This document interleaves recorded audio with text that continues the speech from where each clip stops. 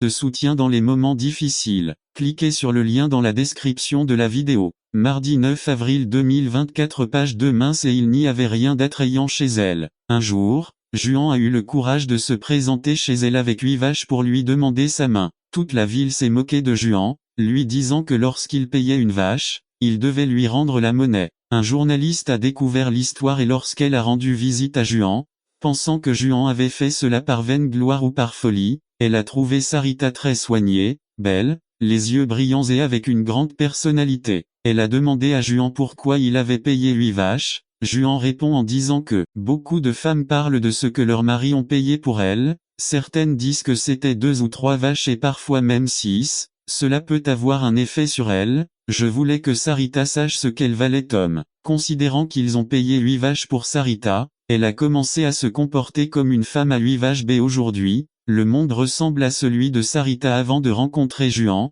plein de blessures, de complexes, de faible estime de soi et de vide. C'est notre travail de leur faire savoir ce que Dieu pense de 3. Ils font preuve d'honneur dans nos actions les gens préfèrent voir un sermon plutôt que de l'entendre B. L'honneur est contagieux et l'honneur est un aimant. Conclusion. Barnabas a fait preuve d'une attitude d'honneur envers les citoyens d'Antioche, ce qui a provoqué un renouveau dans cette ville. Aujourd'hui, nous devons examiner notre attitude et reconnaître qu'un manque d'honneur entraînera de terribles désastres dans nos vies et dans celles de ceux qui nous entourent. Apprenons de Juan et commençons à payer 8 vaches pour notre voisin. N'attendez pas qu'il soit trop tard. Devenez membre de la chaîne Today et bénéficiez de réconfort et de soutien dans les moments difficiles. Cliquez sur le lien dans la description de la vidéo mardi 9 avril 2024 page 3 l'essence de l'adoration résumée. Le but de ce message est de montrer que l'adoration est bien plus que des attitudes extérieures mais une expérience intérieure en présence de Dieu. Par Javier Chavez l'essence du culte Jean 12 1 à 8 Introduction. Si nous devions définir le terme culte, nous pourrions dire que c'est le moyen par lequel nous proclamons les qualités et les œuvres de notre Dieu lorsque nous entrons dans sa présence pour être transformés davantage à l'image de notre Seigneur Jésus-Christ. L'adoration implique non seulement de faire des choses pour plaire à Dieu, mais surtout de plaire à Dieu.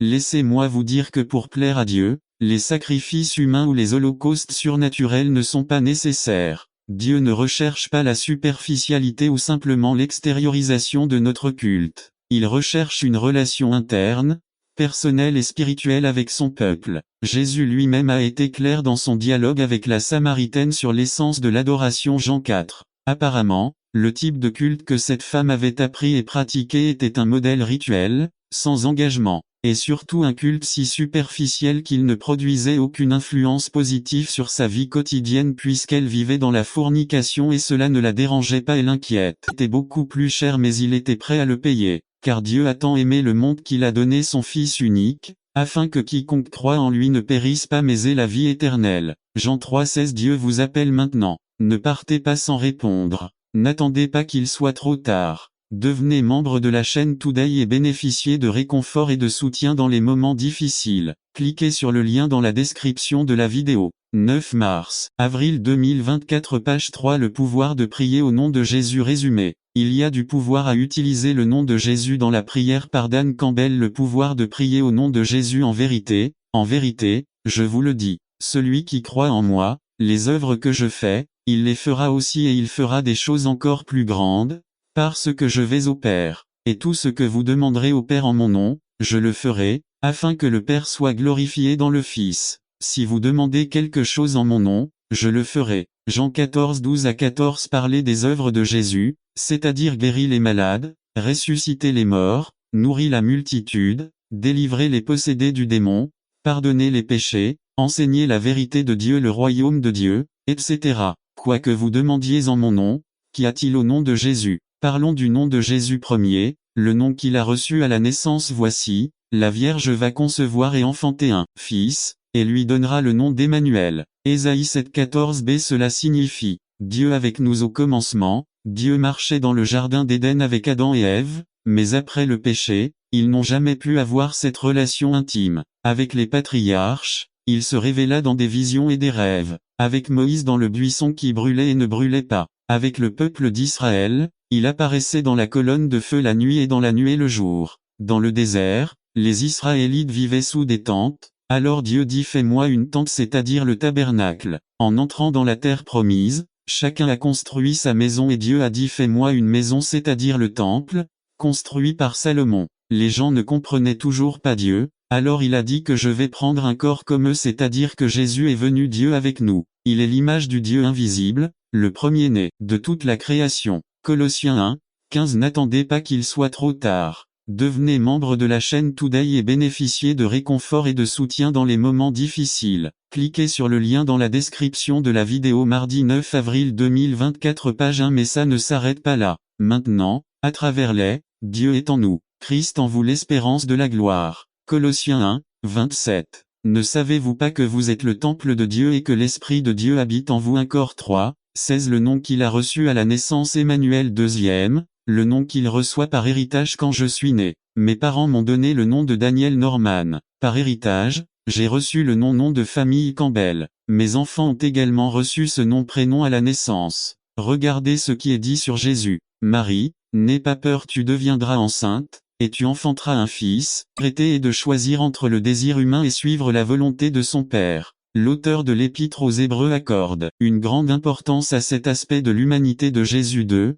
17 à 18 4, 15 à 16 5, 2, 7 à 0, et nous le verrons plus en détail dans un moment. La question avec laquelle nous luttons le plus n'est pas de savoir si le Christ était humain, mais pourquoi il avait besoin de devenir humain. Le besoin d'être humain. Voici 4 raisons pour lesquelles Jésus devait être un homme parfait ainsi qu'un Dieu parfait. 1. Nous avions besoin de quelqu'un pour réussir là où Adam a échoué. Pour comprendre le premier pourquoi de l'humanité de Jésus, nous devons nous rappeler ce qui s'est passé avec N'attendez pas qu'il soit trop tard. Devenez membre de la chaîne Today et bénéficiez de réconfort et de soutien dans les moments difficiles. Cliquez sur le lien dans la description de la vidéo. Mardi 9 avril 2024 page 1. Adam, le premier humain. Adam a cédé à la tentation du mal et a péché contre Dieu. Genèse 3. Comme une maladie contagieuse, l'impact de son action s'est propagé à tous les humains après lui. Romains 5, 12. La Bible présente Jésus comme le second Adam qui peut renverser la condamnation placée sur toute l'humanité pour le péché d'Adam. Ainsi donc, comme par la transgression d'une seule condamnation est venue à tous les hommes, de même par la transgression d'une seule justice est venue d'une seule à tous les hommes la justification de la vie. Romains 5, 18. En d'autres termes, Jésus devait devenir humain pour réussir là où Adam avait échoué. Jésus, le dernier Adam. 1 Corinthiens 15, 45, a résisté à la tentation du péché. 2. Nous avions besoin d'un sacrifice de substitution. Résister à la tentation n'était pas suffisant pour nous libérer de la condamnation du péché d'Adam. La justice de Dieu exigeait qu'une offrande soit faite pour nos péchés. Cependant, la Bible dit clairement, en fin de compte, qu'il est impossible que le sang des taureaux et des boucs ne puisse ôter les péchés. Hébreux 10, 4. Il n'aurait pas non plus été possible à une personne de donner sa vie dans ce but. Que fallait-il? Une offrande sans péché. Seul Dieu humanisé, Jésus-Christ, pouvait traiter correctement et efficacement les péchés de l'humanité. L'apôtre Paul dit à juste titre, celui qui n'a pas connu le péché, il l'a fait devenir péché pour nous, afin que nous devenions en lui justice de Dieu. 2 Corinthiens 5, 21. Ce n'est qu'en devenant humain, en prenant la peau, les nerfs, les os et le sang, que Jésus pourrait effectivement prendre notre place et payer la culpabilité de notre péché. Un agneau ne pourrait pas mourir à notre place, ni un ange non plus. Un homme devait mourir pour nous tous, un homme sans péché. Christ est devenu cet homme pour nous trois. Nous avions besoin que quelqu'un ait pitié de nous. Avez-vous pensé à l'endroit où se trouve Jésus en ce moment et à ce qu'il fait? La lettre aux Hébreux nous dit que Jésus fait le travail du souverain sacrificateur. Car nous n'avons pas de souverain sacrificateur qui ne puisse sympathiser avec nos faiblesses, mais quelqu'un qui a été tenté de toutes les manières comme nous, mais sans péché. Hébreux 4:15. Il est réconfortant de savoir que nous avons confié notre vie à quelqu'un qui nous comprend parfaitement parce qu'il a marché à notre place avec ses oreilles. Pour entendre avec l'esprit, il faut que la parole de Dieu soit présente, car pour que le message parvienne, les deux parties, l'expéditeur et le destinataire, doivent parler la même langue. Romains 10, 17. Marc 4, 23. Matthieu 11, 15, 13, 9. Luc 8, 8. Apocalypse 3, 6, 13, 22, 13, 9. Illustration de l'expérience de la résurrection de Lazare. Jean 11, 1 à 44. C'est ne rien entendre, c'est entendre les paroles de la prophétie. Prophétie. GK prophétie. Ce mot désigne la capacité de déclarer la volonté de Dieu. B. La proclamation, et c'est la prédiction. Habituellement, les gens ne le rapportent qu'au troisième. Lorsque nous parlons des paroles de prophétie, nous parlons des paroles de Dieu pour déclarer sa volonté, pour proclamer la révélation et la bonne nouvelle du Christ et la prédiction des événements futurs que Dieu seul connaît. Autrement dit, nous devons entendre les paroles de la prophétie qui édifient, exhortent et consolent. 1 Corinthiens 14, 3 Pierre dit, « Nous avons donc la parole de prophétie la plus certaine, à laquelle vous feriez bien de prêter attention comme à une lampe qui brille dans un lieu obscur, jusqu'à ce que le jour se lève et que l'étoile du matin apparaisse à vos yeux. » Cœur 2 Pierre 1, 19-3 Garde les choses qui y sont écrites. Présent, actif, participe G4 sauvegarder, surveiller et protéger. La notion d'épargne comporte en elle une mise en pratique. J'économise pour travailler, pas pour stocker, comme cela se fait couramment. Deutéronome 29-9 1 Roi 2, 3 Garder les choses qui y sont écrites nous préserve du péché. Psaume 119-11 Jésus a parlé de ceux qui entendent la parole en esprit et la gardent pour la mettre en pratique sont bénis. Luc 11-28 Pourquoi est-il nécessaire de lire, d'entendre et de garder? Parce que le temps G4 est proche. Le temps de Dieu est proche, pas celui des hommes. Tout va mieux au temps du Seigneur. Si nous sommes dans l'esprit, nous pouvons nous attendre activement à Dieu, et non pas passivement. Nous n'attendrons pas comme les paresseux qui attendent sans rien faire, mais nous ferons comme il est dit dans Romains 13-11-14. N'attendez pas qu'il soit trop tard. Devenez membre de la chaîne Today et bénéficiez de réconfort et de soutien dans les moments difficiles. Cliquez sur le lien dans la description de la vidéo. Mardi 9 avril 2024 page 2 et faites tout cela, connaissant l'heure, car il est temps de se réveiller du sommeil parce que, maintenant le salut est plus proche de nous que lorsque nous croyions. 12 La nuit est loin, et le jour est proche. Rejetons donc les œuvres des ténèbres et revêtons les armes de la lumière. 13 Marchons décemment, comme en plein jour, sans orgie ni ivresse, ni dans la promiscuité sexuelle ni dans la luxure, ni dans les querelles ni dans l'envie. 14 Mais revêtez-vous du Seigneur Jésus-Christ, et ne pensez pas à subvenir aux convoitises de la chair. Vous êtes plus que bénis par ce que vous lisez, entendez et gardez les paroles de la prophétie, car le moment approche. Maranatha, le Christ arrive bientôt. N'attendez pas qu'il soit trop tard. Devenez signifie pas prêcher comme prêcher l'évangile,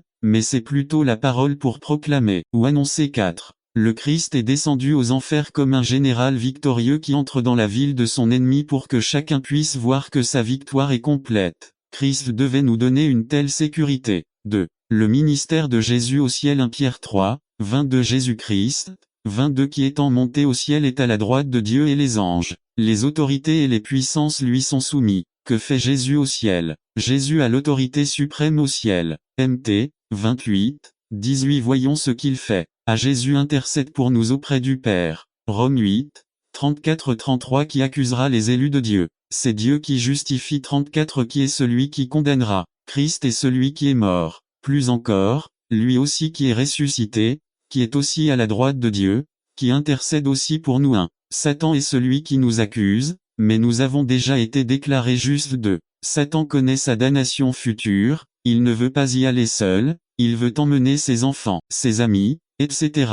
Mais en Jésus-Christ il y a déjà de l'espérance, parce que le Christ est mort pour tous. Ils ont aussi une chance. 3. Jésus intercède pour son peuple auprès du Père. Nous en voyons un exemple chez l'apôtre Pierre. Luc 22, 32-31 Le Seigneur dit aussi, Simon, Simon, voici, Satan t'a demandé de te cribler comme le blé. 32 Mais j'ai prié pour vous, afin que votre foi ne défaille pas et toi, une fois revenu, confirme tes frères. 33 Il lui dit, Seigneur, je suis prêt à aller avec toi non seulement en prison mais aussi à la mort. 34 Et il lui dit, Pierre, je te le dis, le coq ne chantera pas aujourd'hui jusqu'à ce que tu nies 3 fois que tu me connais. 4. Quelle grande bénédiction de savoir que notre Seigneur Jésus-Christ intercède pour moi, afin que ma foi ne défaille pas, pour que nous continuions à encourager les frères. B. Jésus défend nos intérêts. Et 4, 14-16 14 C'est pourquoi, puisque nous avons un grand, souverain sacrificateur qui a traversé les cieux, Jésus, le Fils de Dieu, tenons fermement à notre profession. 15 Car nous n'avons pas de souverain sacrificateur qui ne puisse sympathiser avec nos faiblesses, mais quelqu'un qui a été tenté de toutes les manières comme nous, mais sans commettre de péché. 16 Approchons-nous donc hardiment du trône de la grâce, afin d'obtenir miséricorde et de trouver la grâce pour être secourus en cas de besoin. Et 4, 14 à 16 24 Car Christ n'est pas entré dans le sanctuaire fait de main d'homme, type du vrai, mais dans le ciel lui-même pour apparaître maintenant pour nous devant Dieu 25 et de ne pas s'offrir plusieurs fois, car le souverain sacrificateur entre chaque année dans le lieu très saint avec le sang d'autrui 26 sinon, cela t'aurait été nécessaire. N'attends pas qu'il soit trop tard. Devenez membre de la chaîne Today et bénéficiez de réconfort et de soutien dans les moments difficiles. Cliquez sur le lien dans la description de la vidéo. Mardi 9 avril 2024 page 2 Souffre à plusieurs reprises qui ne fonctionne pas. Cet agneau était l'ombre de l'agneau de Dieu qui viendrait plus tard, Jésus-Christ, qu'il était pur, sans tache ni péché. 3. Ce serait la condition requise pour une alliance nouvelle et meilleure dont parle Hébreux 8 et 9. 4. Pour que Dieu le fasse. Dans Lévitique 22-21, il est dit, si quelqu'un offre un sacrifice de paix à Jéhovah pour accomplir un vœu, ou comme offrande volontaire, qu'il s'agisse de vaches ou de moutons, afin qu'il soit accepté, ce sera sans défaut 22 aveugles, meurtris, mutilés, verruqueux, galeux ou souillés, vous ne les offrirez pas à l'Éternel, et vous ne les déposerez pas en offrande consumée par le feu sur l'autel de l'Éternel 23 II. C'était un mâle d'un an.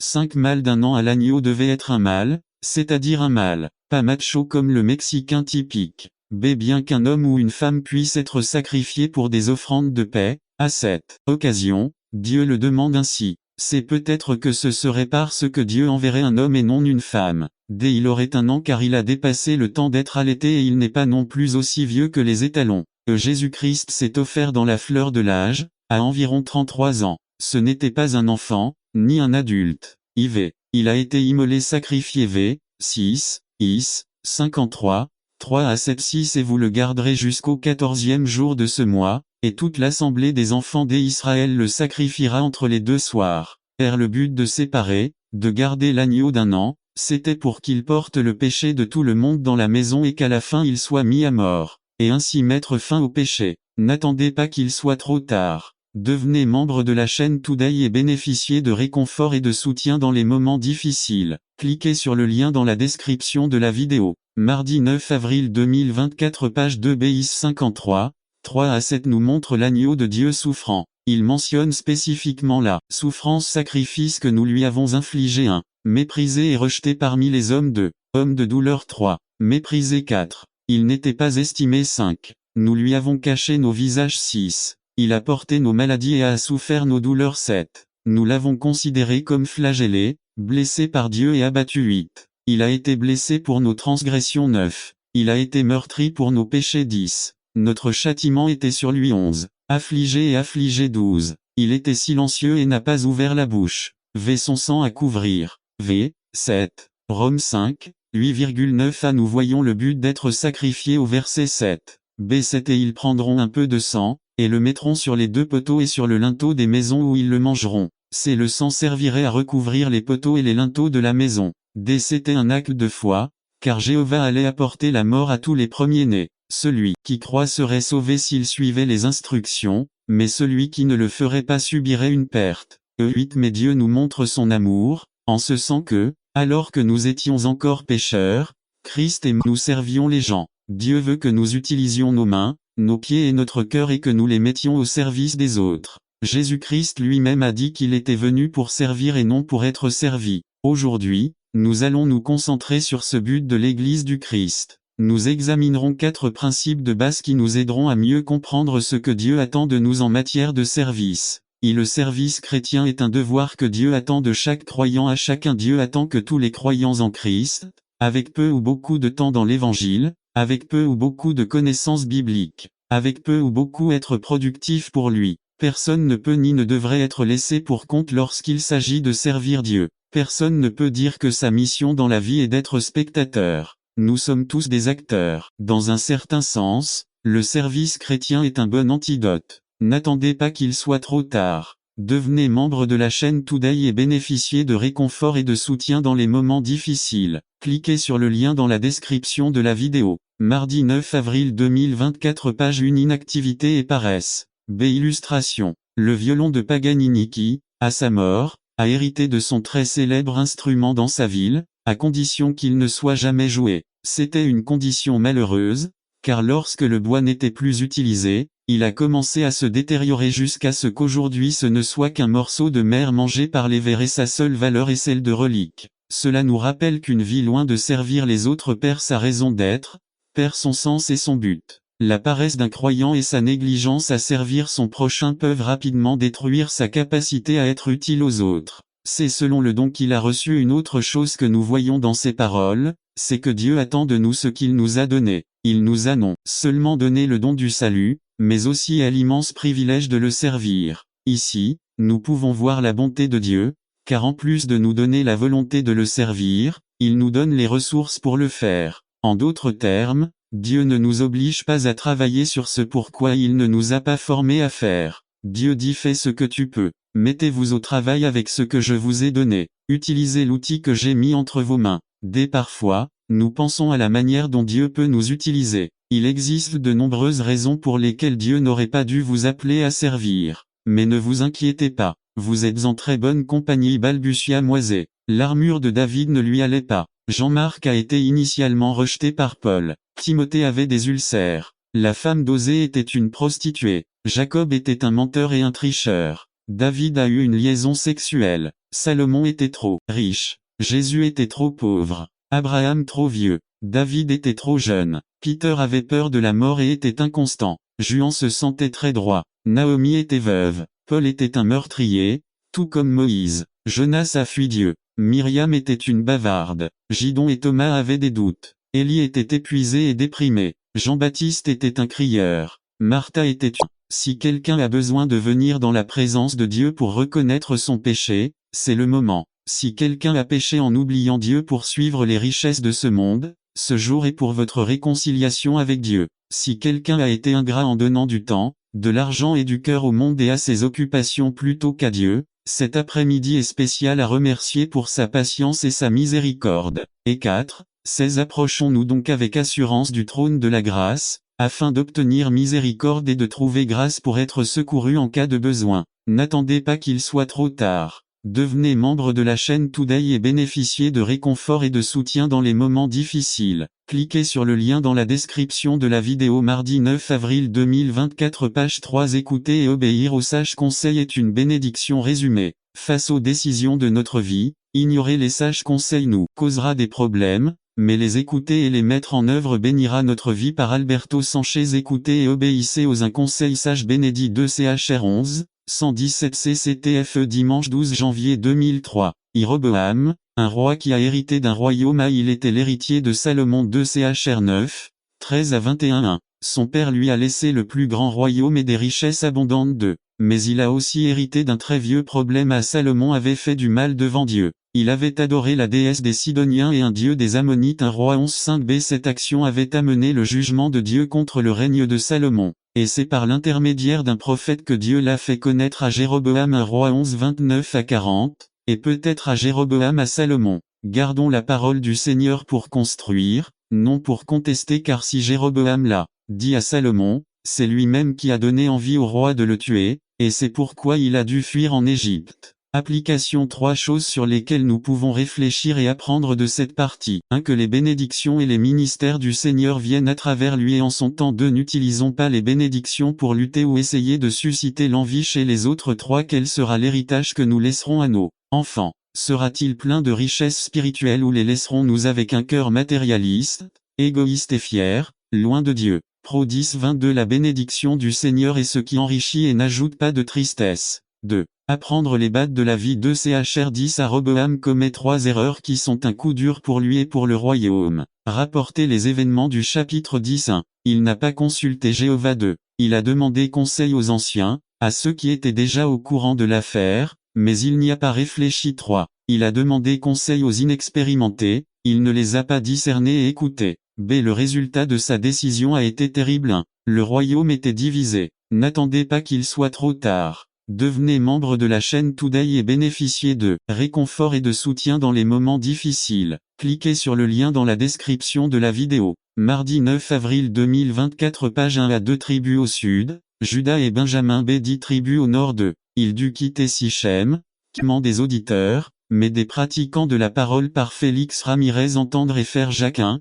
19 à 20. Cette introduction, nous sommes convaincus que la Bible est notre seule règle de foi et de pratique depuis quand Dieu nous a-t-il laissé sa parole. La parole du Seigneur, désormais sous forme de livre, nous a été donnée, à nous les humains, depuis le Jardin d'Éden, c'est-à-dire avant même la commission du premier péché. Les raisons aux créations. Dieu ne nous a pas créés pour vivre cette vie sans sa direction ou tomber. Le péché qui habite nos vies nous empêche d'obéir à Dieu ou rédemption. Même si nous sommes sauvés et que le péché a été vaincu, il réside toujours en nous. Proposition. En raison de notre condition déchue, Dieu nous a donné sa parole pour nous transformer. Question. Comment pouvons-nous bénéficier du pouvoir transformateur de la parole? Entendre et faire ce qu'il dit dans sa parole. Tout d'abord y écoutons ce que Dieu dit. Question. Quelle devrait être notre attitude lorsque nous nous approchons pour entendre la voix de Dieu? Avec un sentiment profond de notre propre besoin spirituel. Explication.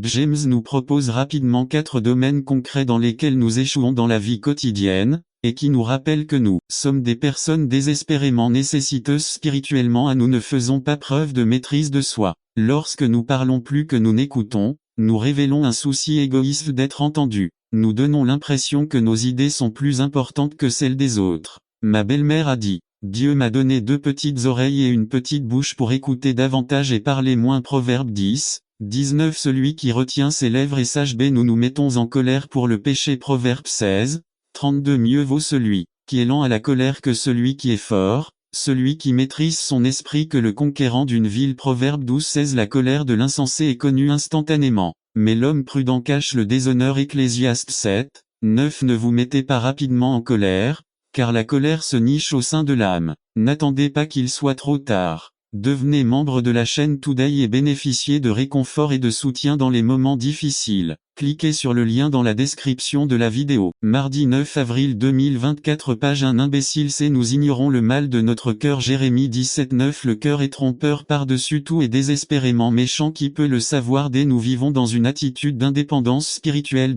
Illustration. Lecture du menu dans un restaurant. Entendre la parole du Seigneur en étant conscient de notre condition pécheresse est semblable à lorsque nous avons faim et que nous lisons le menu. Pratiquement tout ce que nous regardons nous semblera attrayant. Nous imaginons que les plats et notre désespoir de manger le rendront attrayant. Nous désirons tout ce qu'il dit. Application. De la même manière, Dieu veut que nous abordions sa parole, avec un désir intense d'être spirituellement satisfait. Comment se manifeste notre faim et notre soif d'entendre la parole de Dieu? Comment se déroule votre lecture de la Bible? Quelle quantité de littérature chrétienne achetez-vous? Quelle part de la musique que vous écoutez contient des messages chrétiens? Lorsque vous venez au temple, êtes-vous prêt? Éphésiens 5, 21 à 33 nous explique comment nous devons nous sacrifier les uns pour les autres dans le mariage. Souvent, dans le mariage, il sera nécessaire de diminuer pour que votre partenaire grandisse. Le sacrifice signifie faire des ajustements dans ma vie, afin que nous puissions tous les deux nous adapter, s'intégrer. Un mariage sans sacrifice s'effondrera. Troisième principe pour construire une fondation solide. Construisez votre fondation sur l'appréciation, et non sur la dépréciation. Dieu ajoute de la valeur à une relation. Apprenez à apprécier la valeur que chacun de vous a à la fois pour lui-même et en Christ. L'appréciation signifie voir les talents et les capacités du partenaire et les capitaliser. Lorsque nous apprécions notre partenaire, ses défauts deviennent un inconvénient minime. L'appréciation rendra les fondations du mariage plus solides. Un mariage sans appréciation s'effondrera. Quatrième principe pour construire une fondation solide. Construisez votre fondation en célébration et non en dégradation. Adam célébra son compagnon, il dit: Ceci est maintenant l'os de mes os et la chair de ma chair. Genèse 2, 23 LSG. Malheureusement, dans les mariages d'aujourd'hui, au lieu de célébration, il y a une dégradation. Beaucoup disent à l'occasion de leur anniversaire 10 années supplémentaires à porter cette croix. Lorsque nous célébrons le mariage, nous célébrons l'accomplissement de la bénédiction de l'alliance qui a été conclue. Célébrez continuellement votre union et Dieu renforcera votre mariage. Un mariage sans appréciation s'effondrera. Et enfin, le cinquième principe pour construire une fondation solide. Construisez votre fondation sur du but et non sur l'échec. Notre Dieu est un Dieu de but. Et il a un but pour sa maison. Le but numéro 1 est que leur union soit pour la gloire et l'honneur de son nom. Parce que lorsqu'il y a des mariages ayant un but, ces mariages deviennent des influences positives sur le monde. L'échec ne fait pas partie du plan de Dieu pour votre foyer. C'est le but, celui que Dieu veut établir dans votre maison. N'attendez pas qu'il soit trop tard. Devenez membre de la chaîne Today et bénéficiez de réconfort et de soutien dans les moments difficiles. Cliquez sur le lien dans la description de la vidéo. Mardi 9 avril 2024 page 2. Un mariage sans but va s'effondrer. Pour avoir un amour durable, nous devons construire une fondation solide. Cet après-midi je vous exhorte à construire une fondation solide dans l'engagement, le sacrifice, l'appréciation,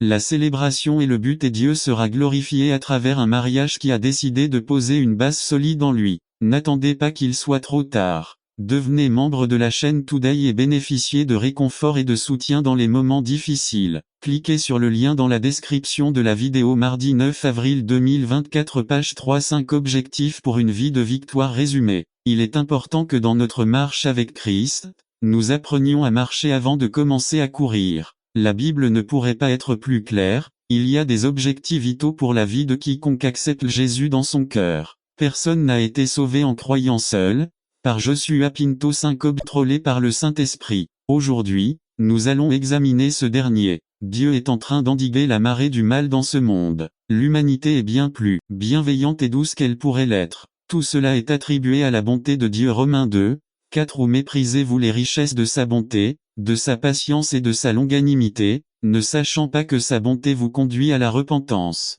Mais au lieu de le louer pour tout le bien qui existe sur cette terre maudite par le péché, nous le blâmons pour notre mal. Nous sommes souvent étonnés des terribles tragédies que Dieu permet sur terre. Des enfants sont maltraités, des innocents sont assassinés quotidiennement. Nous levons le poing vers Dieu et lui reprochons. N'attendez pas qu'il soit trop tard. Devenez membre de la chaîne Today et bénéficiez de réconfort et de soutien dans les moments difficiles. Cliquez sur le lien dans la description de la vidéo. Mardi 9 avril 2024 page 1. Tout ça. Mais la vérité est que cet homme n'est pas aussi mauvais qu'il pourrait l'être. En vérité, si Dieu ne retenait pas le mal, ce serait 1000 fois pire. Nous serions tout remplis de Satan et livrés à un mal incalculable. Regardez ce que Dieu dit. Jérémie 17, 9. Le cœur est trompeur par-dessus tout, et désespérément méchant, qui le connaîtra. Jérémie 5, 22 à 23. Ne me craindras-tu pas, dit Jéhovah? N'aurez-vous pas peur de moi, qui ai fait du sable une limite à la mer, une ordonnance éternelle qui ne sera pas brisée? Des tempêtes surgiront, mais elles ne prévaudront pas. Ces vagues rugiront, mais elles ne le dépasseront pas. 23. Mais ce peuple a un cœur faux et rebelle. Ils se sont détournés et sont partis. Le point que Dieu veut faire valoir est clair. Dieu est celui qui retient le péché. De la même manière qu'il arrête les vagues sur la plage, il contrôle l'homme pour qu'il ne soit pas aussi mauvais qu'il pourrait l'être. Cependant, malgré cela, l'homme est si mauvais que toute liberté accordée par Dieu la déforme et l'utilise contre Dieu, reflétant ainsi son cœur rebelle. Nous pourrions en dire beaucoup plus, mais pour l'instant, concentrons-nous sur un miracle au milieu de cette obscurité. Nous allons voir la bonté de Dieu à l'œuvre à travers la vie de l'homme régénéré et comment les méchants rebelles rendent gloire à Dieu au milieu de tout cela. Nous avons intitulé cette série de messages fondements de la foi chrétienne. Nous n'avons pas encore commencé à étudier les grandes doctrines de la Bible, mais nous examinons pourquoi il est nécessaire de les étudier. Eh bien, aujourd'hui, nous allons examiner la plus grande raison d'étudier les doctrines de Dieu. Nous pouvons vivre la vérité de Dieu dans nos vies pour restreindre le péché dans le monde afin que l'homme glorifie le Dieu Tout-Puissant. Permettez-moi de répéter ma proposition avant de regarder le texte. Proposition. Le but de l'assimilation de la connaissance de Dieu dans votre vie est de refléter la gloire de Dieu afin que le péché du monde soit retenu et que les hommes louent Dieu. Regardez encore Matthieu 5. Matthieu 5.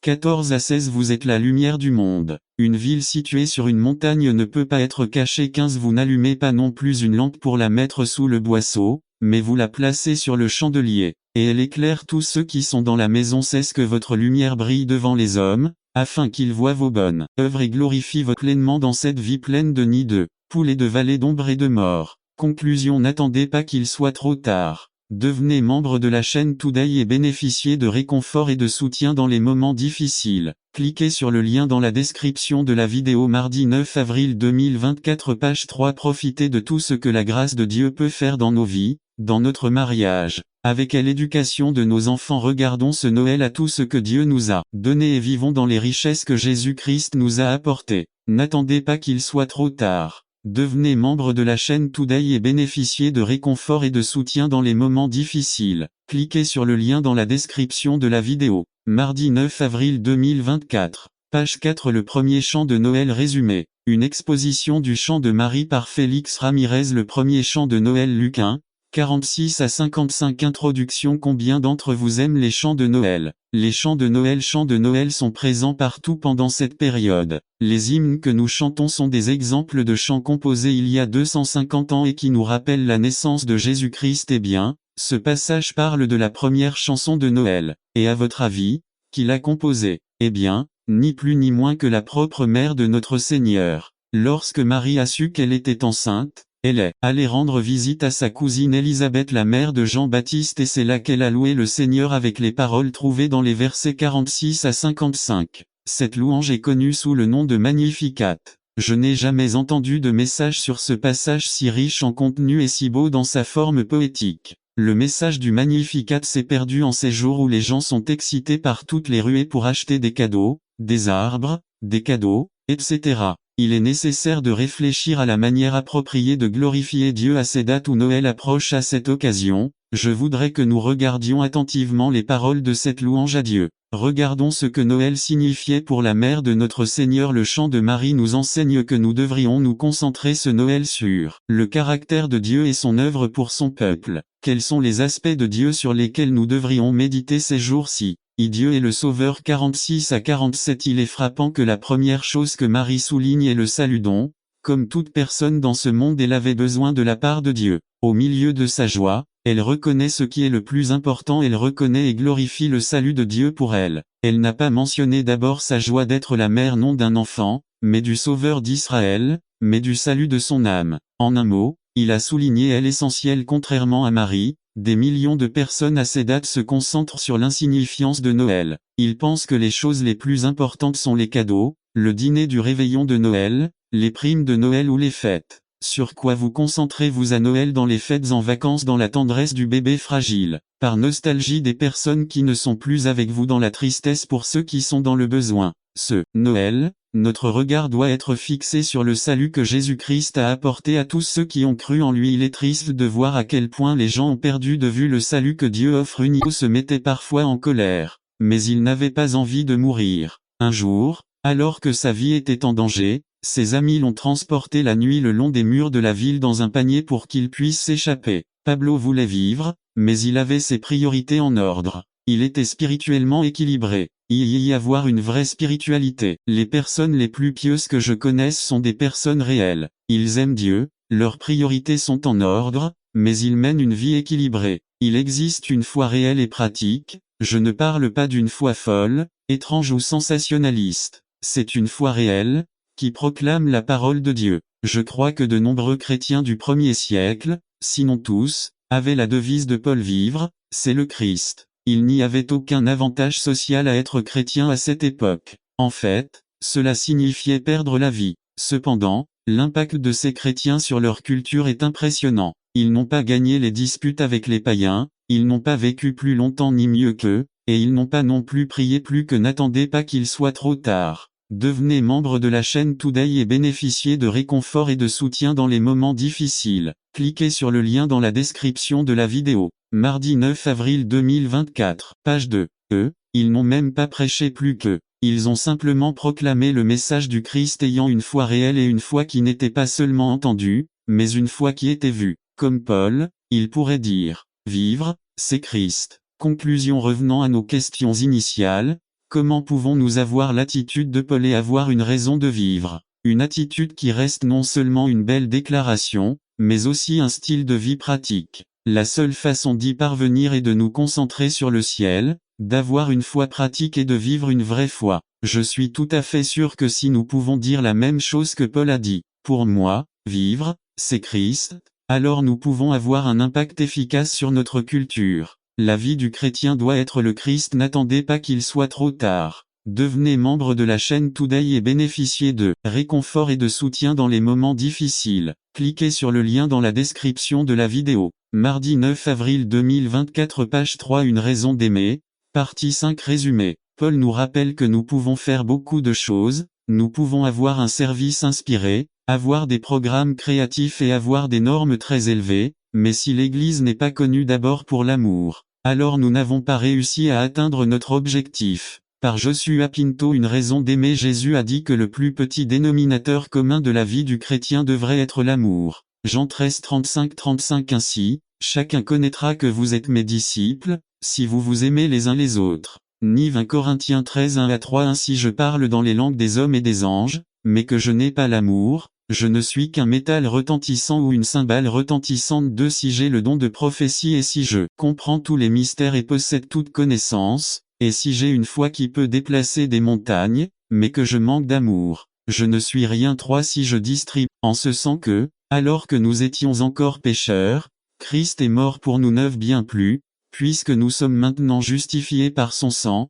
par lui nous serons sauvés de la colère. Si, son sang comme signe de salut. V 12,13, Heb 9, 15,20, moins 22,28 12 Car cette nuit-là, je traverserai le pays d'Égypte, et je frapperai tous les premiers-nés du pays d'Égypte, hommes et bêtes, et j'exécuterai mes jugements sur tous les dieux de l'Égypte. Je suis Jéhovah. 13 Et le sang sera pour vous un signe dans les maisons où vous êtes, et je verrai le sang et je passerai sur vous, et il n'y aura pas de fléau mortel parmi vous lorsque je frapperai le pays d'Égypte. L'esprit de Jéhovah regarderait le sang et traverserait cette maison sans apporter la mort. B. Le sang de Jésus est ce qui nous sert de signe que nous ne verrons pas la mort éternelle. C'est 1 Pierre 1, 18, 19 Sachant que vous avez été délivrés de votre vaine manière de vivre par le sang précieux de Jésus-Christ, comme celui d'un agneau sans tache et sans souillure. N'attendez pas qu'il soit trop tard. Devenez membre de la chaîne Today et bénéficiez de réconfort et de soutien dans les moments difficiles. Cliquez sur le lien dans la description de la vidéo.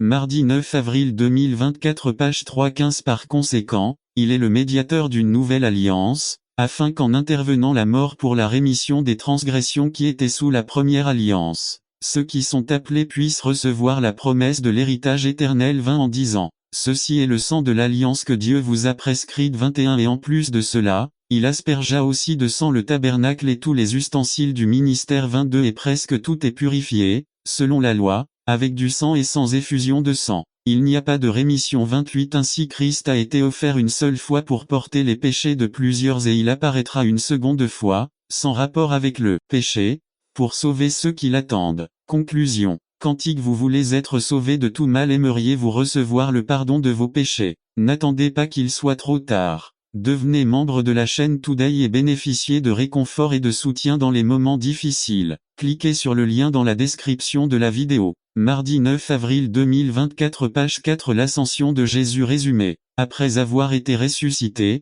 Jésus est apparu à plus de 500 personnes sur une période de 40 jours. À la fin de son ministère, il n'a pas disparu comme le font habituellement les fantômes ou les esprits. Jésus rassembla ses disciples et leur dit au revoir. Par Georges Alvarez. L'ascension de Jésus. LC 24, 50-53 Introduction. Service du matin du 27 avril 2003 à Ebenezer, Union City, Californie. Après avoir été ressuscité, Jésus est apparu à plus de 500 personnes sur une période de 40 jours. À la fin de son ministère, il n'a pas disparu comme le font habituellement les fantômes ou les esprits. Jésus rassembla ses disciples et leur dit au revoir. Jésus voulait leur donner quelques dernières instructions. Jésus voulait également qu'ils voient la puissance de Dieu élevée au ciel. Plus sur leur chemin parce qu'ils suivent les richesses de ce monde et ont oublié les richesses spirituelles. Dieu a fait prospérer des millions de personnes et beaucoup ne le servent plus avec simplicité, humilité et gratitude, parce qu'ils sont trop occupés à leur prospérité. Les moments difficiles nous poussent vers Dieu, mais les bons moments peuvent nous permettre de nous sentir autonomes et satisfaits. En d'autres termes, ils peuvent rendre l'homme fier et indépendant, ce qui est tout le contraire de l'humilité et de la confiance en Dieu. Veillons à ne pas tomber dans les pièges trompeurs de l'ennemi, servons Jéhovah à tout moment, en grande ou en petite quantité, ne devenons pas ingrats. 2-8-10. Et vous mangerez et vous serez rassasiés, et vous bénirez l'Éternel, votre Dieu, pour le bon pays qu'il vous a donné. 11 Gardez-vous d'oublier l'Éternel, votre Dieu, d'accomplir ses commandements, ses décrets et ses siens, les statuts que je vous commande aujourd'hui. 1 Second de peur qu'il n'arrive que vous mangiez et soyez rassasiés, et que vous bâtissiez de bonnes maisons pour y vivre. 13 Et que vos troupeaux et vos brebis n'augmentent, que votre argent et votre or ne se multiplient, et que tout ce que vous avez augmente. 14 Et que votre cœur soit fier, et que vous oubliez l'Éternel, votre Dieu, qui vous a fait sortir du pays d'Égypte, de la maison de servitude. 15 Qui vous a fait traverser un désert grand et terrible, plein de serpents ardents, de scorpions et de soif, où il n'y avait pas d'eau, et il vous a apporté de l'eau du rocher du rocher. N'attendez pas qu'il soit trop tard. Devenez membre de la chaîne Today et bénéficiez de réconfort et de soutien dans les moments difficiles. Cliquez sur le lien dans la description de la vidéo mardi 9 avril 2024 page 1 Silex c'est ce qui vous a nourri de manne dans le désert, nourriture que vos pères n'avaient pas connue, vous affligeant et vous éprouvant, afin de vous faire du bien à la fin 17 et 10 en ton cœur. Ma puissance et la force de ma main m'ont apporté cette richesse 18 mais souvenez-vous de l'Éternel, votre Dieu, car il vous donne le pouvoir d'acquérir des richesses, pour confirmer son alliance qu'il a jurée à vos pères. Comment ce jour 2 Chr 12 2 à 4 parce qu'ils ont oublié Dieu, un ennemi puissant s'est levé contre eux. Le roi d'Égypte, un ennemi qui n'avait aucun pouvoir sur eux, avait déjà été vaincu dans le passé, mais Dieu a permis qu'il en soit ainsi pour traiter le cœur de son peuple des gens d'autres nations qui se trouvaient en Égypte le rejoignirent. 3. Libyens, un symbole de mensonge, de trahison, d'hypocrisie, Suki, avait Souko Beno maison des filles égale à prostitution, image de divinité féminine égale à pornographie, Cushite, Éthiopien, perversité, application. Lorsque l'ennemi voit le chrétien qui s'éloigne des choses de Dieu, ou qui hésite ou flirte avec le monde, il l'attaque et amène ses armées contre lui pour le détruire. Il est écrit que JN 10 le voleur ne vient que pour voler, tuer et détruire. Il est aussi écrit MT 12 43 quand tel esprit impur sort d'un homme, il marche dans des lieux arides, cherchant du repos, et ne le trouve pas 44 puis il dit, je retournerai. Le mot méditer signifie délibérer, considérer, contempler. Vous y trouverez l'autorité lorsque vous serez utilisé par Dieu. Dieu utilise des gens qui sont patients et attendent le temps de Dieu. Imaginez vous errant dans le désert pendant 40 ans, et enfin vous êtes sur le point d'entrer dans la terre promise. Et puis Dieu dit, Josué 1:11 passez au milieu du camp et commandez au peuple, en disant, préparez-vous de la nourriture, car d'ici 3 jours vous traverserez le Jourdain pour entrer en possession du pays que l'Éternel, votre Dieu vous donne en possession. NKJV nous devons apprendre à nous attendre à Dieu et à connaître le timing de Dieu, parce qu'il y a un moment et une manière de faire ça quoi Dieu nous a appelés. Dieu utilise des personnes qui s'intéressent aux âmes perdues. Il y avait une âme perdue qui devait être sauvée avant que les Israélites n'entrent en terre promise, et elle s'appelait Rahab. Josué 2:1 Alors Josué, fils de Noun, envoya secrètement 2 espions de Sittim avec l'ordre suivant. Allez explorer le pays,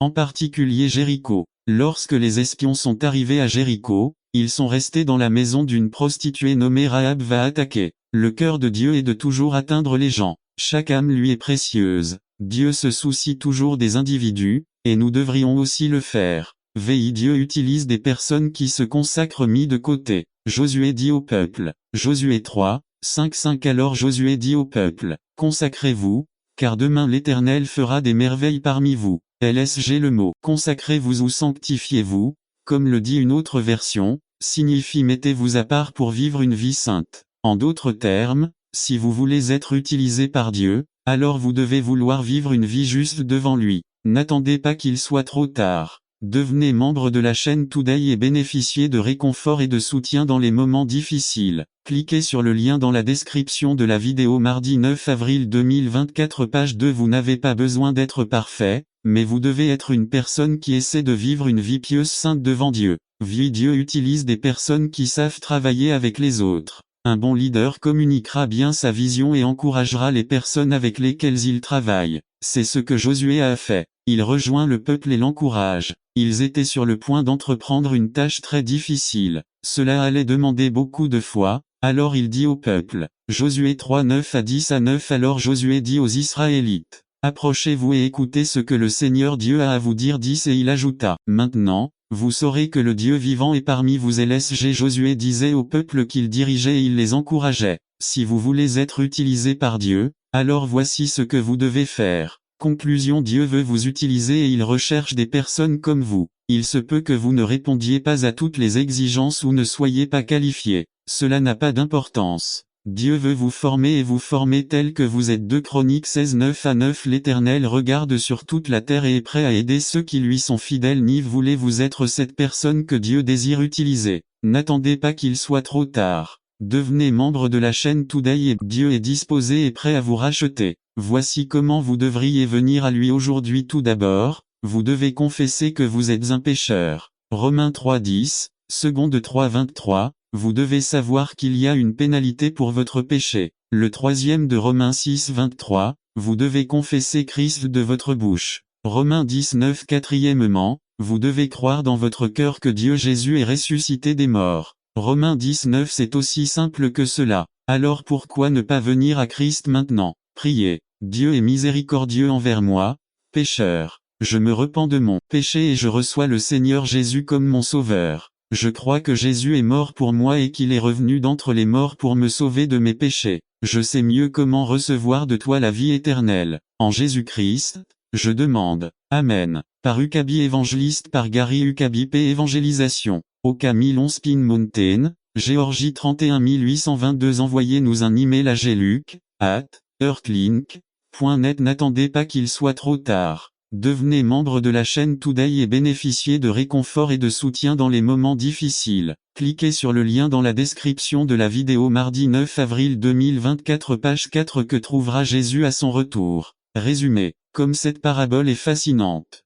Jésus enseigne à ses disciples la prière et passe immédiatement à la seconde venue. Par Dan Campbell que trouvera Jésus à son retour. Mais quand le Fils de l'homme viendra, trouvera-t-il la foi sur terre? Luc 18:8 que trouvera Jésus à son retour sur terre. Comme cette parabole est fascinante. Jésus enseigne à ses disciples la prière et passe immédiatement à la seconde venue. Le but de cette parabole était d'encourager les disciples. Ils allaient faire face à des situations difficiles qui provoqueraient le découragement, la tristesse et la frustration et l'envie de tout quitter. Vous identifiez-vous à cela? Cette parabole a été donnée pour que les disciples puissent voir l'importance de la prière et de la foi, contrairement au fait de perdre courage face à des difficultés prolongées. Parler de la veuve. Cette veuve vivait dans la même ville que le juge injuste. Jour après jour, la veuve revenait au tribunal pour voir le juge, elle était désespérée et avait besoin de justice. L'hésitation du juge à administrer la justice indique probablement qu'il attendait quelque chose, sous la table. Tout comme le roi Félix espérait que l'apôtre Paul lui donnerait quelque chose pour résoudre son cas. Le juge rend enfin justice à la veuve en raison de sa persévérance. Jésus indique clairement que notre Père Céleste n'est pas comme ce juge injuste, mais par son amour et sa justice, il nous accordera nos demandes. Immédiatement après avoir répondu que notre Père Céleste rendra justice en notre faveur, Jésus demande s'il trouvera la foi à son retour. Maintenant, je demande que trouvera Jésus à Quito à son retour. Vous trouverez beaucoup de disciples parce que beaucoup de pasteurs ici ont été fidèles à prêcher la parole. Que trouvera Jésus à Guayaquil, Cuenca, RI accent aigu au Bamba, Esmeralda, Manta, en bateau à son retour. Vous trouverez beaucoup de disciples. Nous ne croyons pas aux doctrines de la Bible ou que nous les appliquons avec un esprit fier qui en fait un jeu. L'étude de Dieu ne consiste pas à gonfler nos têtes mais à humilier nos cœurs et à nous laisser vides devant lui, prêts à voir combien nous sommes petits et combien il est grand. Pour commencer, regardons notre texte, qui formule mieux cette pensée que n'importe quel homme, car cela a été écrit du doigt de Dieu. Romains 11 33 à 36. Le contexte de ces versets traite de notre salut. Paul arrive à la fin d'un passage où Dieu révèle qu'il a détruit la nation d'Israël afin qu'il puisse avoir pitié de tous. Paul est humilié devant la grandeur et la gloire de Dieu et fait cette merveilleuse déclaration sur la personne de Dieu. Conformément au but de cette étude, je vais montrer comment cette affirmation s'applique à toutes les doctrines de la Bible. Nous verrons comment le Dieu impénétrable dans le salut est également au-dessus de nos pensées dans toute doctrine biblique. Au accent circonflexe profondeur. Nous lisons d'abord les paroles étonnantes de Paul. Au accent circonflexe profondeur. Il y a une profondeur en Dieu qu'aucun homme ne peut comprendre. Quand Job pensa à lui, il dit que Dieu fit in Job. La plupart des hommes sur terre ne contemplent jamais Dieu. Même parmi les croyants, rares sont ceux qui envisagent sérieusement la grandeur de Dieu. Il est contraire à notre fière nature adamique de s'émerveiller devant Dieu. Nous finissons donc par réduire la majesté de la personne de Dieu dans nos esprits. Nous prenons cela à la légère et nous retrouvons avec des vies superficielles. Normalement, l'homme a 3 réactions lorsqu'il s'approche de Dieu. 1. Vous rejetterez Dieu et déterminerez que les choses que vous ne pouvez pas comprendre sont des contradictions. 1. Un croyant peut comprendre la logique de la Bible, Mais il y a des limites aux capacités de la logique humaine. Vous pouvez comprendre que Jésus de Nazareth a été crucifié par les Romains et enterré. Vous pouvez comprendre qu'il est ressuscité des morts et a prêché sur terre pendant 40 jours avant son ascension. L'incroyant peut comprendre le raisonnement de la vérité. Ce que vous ne pouvez pas faire, c'est aimer la vérité, c'est-à-dire n'attendez pas qu'il soit trop tard. Devenez membre de la chaîne Today et bénéficiez de réconfort et de soutien dans les moments difficiles. Cliquez sur le lien dans la description de la vidéo. Mardi 9 avril 2024 page 1. Croyez-le. Aimer Dieu, c'est croire Dieu. Les incroyants ne peuvent pas aimer Dieu et sa vérité. Cela ne peut se produire que grâce à la régénération de l'âme par le Saint-Esprit de Dieu. Ainsi, l'homme déchu, capable de voir la vérité, ne peut pas l'aimer et, par conséquent, la rejette au moment où il commence à la comprendre. Comme il n'aime pas la vérité, lorsqu'il atteint les limites de sa raison, il constate que la vérité est contradictoire. Prenons par exemple la résurrection. Vous pouvez comprendre que le corps de Jésus est revenu à la vie. Bien sûr, cela défie la logique humaine. À quand remonte la dernière fois que vous avez vu quelqu'un ressusciter des morts? Ainsi, en n'aimant pas la vérité, l'incroyant rejette Dieu et considère les choses qu'il ne peut pas comprendre comme des contradictions de. La deuxième réaction est que vous accepterez Dieu mais que vous le réduirez à entrer dans les limites de votre logique humaine. De non ce que vous demandez, parce que le doute l'a rendu instable en tout et inconstant dans son état d'esprit. C'est comme les vagues de la mer. Un jour la marée est haute et tout va bien, mais l'autre jour elle est basse et il y va aussi. N'attendez pas qu'il soit trop tard. Devenez membre de la chaîne Today et bénéficiez de réconfort et de soutien dans les moments difficiles. Cliquez sur le lien dans la description de la vidéo. Mardi 9 avril 2024, page 2-4. Autrement dit, votre vie, au lieu d'être contrôlée par Dieu, est contrôlée par les caprices de la lune. Ce n'est pas que je ne prie pas, ce n'est pas que je ne demande pas, ce n'est pas que je n'ai pas de vie religieuse mais sa vie n'est pas de foi 5. Cet esprit dédoublé est à l'opposé de la maturité ou de la perfection dont il est question dans un 4. Le mot double esprit signifie deux âmes ou deux esprits, voire la signification du mot anima, comme dans le roman pour enfants de Memin Pinguin, les âmes de Don Melchiad 6. Et puisque les anciens Hébreux enseignaient que l'âme est constituée de la personne entière, une personne double d'esprit ou deux âmes font référence à deux personnes différentes 7. Les psychologues appellent cela double personnalité, deux personnes en une. Un à la maison, un autre à l'église, un au travail, un à la maison. 8. C'est ce cœur courbé qui empêche Dieu de donner abondamment ce qui lui est demandé. C'est une personne à deux visages. Conclusion à dans le Sermon sur la montagne, Jésus faisait référence à la personne double d'esprit lorsqu'il disait personne ne peut servir deux maîtres. Mt 6:24. Chez Jacques, la personne irrésolue n'est pas seulement instable dans les choses spirituelles, elle est instable dans toutes ses voies, dans tout ce qu'elle fait, dit une autre version 1. Dans nos tâches quotidiennes, dans nos relations avec les autres, y compris la famille, dans nos actions, habitudes, pensées, etc. Il y a toujours le potentiel d'entrer dans des tribulations et des épreuves de. Si nous voulons supporter les afflictions qui nous affligent dans cette vie et être capables de compter toute la joie lorsque nous y sommes confrontés, nous ne pouvons pas perdre la perspective, nous ne pouvons pas être irrésolus. 3. La réponse réside dans l'obtention de la sagesse, mais demandez-le avec foi et sans doute, alors Dieu le donnera abondamment et sans reproche. 4. Dieu ne va pas vous blâmer pour le fait que vous avez été incohérent, que vous avez eu deux visages, que vous avez eu des ennuis avec ceci et cela 5, 1-12. Bienheureux l'homme qui persévère dans l'épreuve, car une fois approuvé, il recevra la couronne de vie que le Seigneur a promise à ceux qui l'aiment. N'attendez pas qu'il soit trop tard. Devenez membre de la chaîne Today et bénéficiez de réconfort et de soutien dans les moments difficiles. Cliquez sur le lien dans la description de la vidéo. Mardi 9 avril 2024 page 3. Arrivé au marbre résumé. La patience à travers la souffrance par Carlos Camarena. Arrivé au marbre Jacques 1, 3-4 Romains 8, 31-37. Introduction. À lire le livre de Jacques est comme voir un jardinier tailler une plante, un arbre fruitier. La taille a deux objectifs: donner un bel aspect famille et la formation de personnes autonomes et indépendantes, sans perdre de vue l'aspect fondamental qui soutient la famille, les relations.